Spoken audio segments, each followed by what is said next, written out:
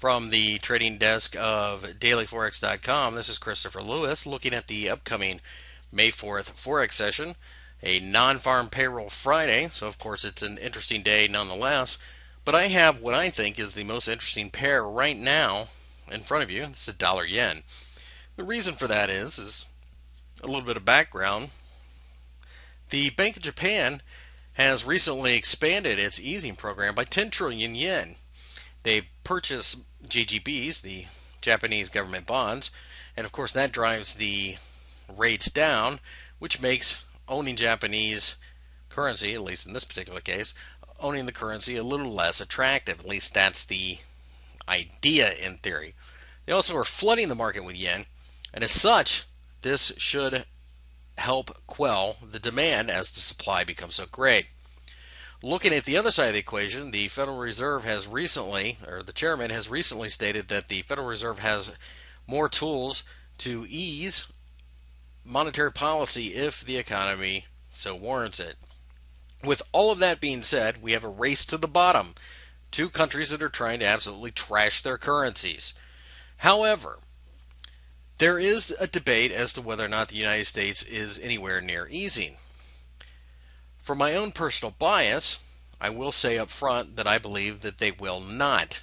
However, with non-farm payrolls coming, it is a huge metric by which the economy is measured. Having said that, we have to look at the technical setup. The support is to be found at 80. It is the site of the massive breakout recently, and now it's being retested. This is classic technical analysis, as many of you will know. The 50% Fibonacci retracement is right there, as is the 200-day EMA. So we are definitely in an area where we could see serious support. As a side note, the weekly chart, the 52-week moving average, in other words the yearly, is just about the same spot as well. So we have a lot of things coming together that suggest that we could see some massive support.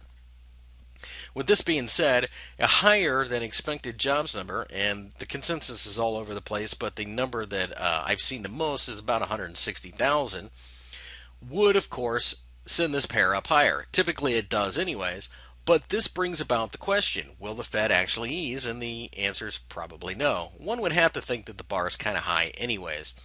Well, the Bank of Japan is easing. They just started their expanded program and will probably add more. So this should be very bullish for the pair. If we get a very weak jobs number, this pair could fall pretty hard, but one has to be leery about shorting this pair because once we get under 80, we start to get into the range that the Bank of Japan has intervened in several times. So for me personally, on a fairly strong jobs number, I am a buyer.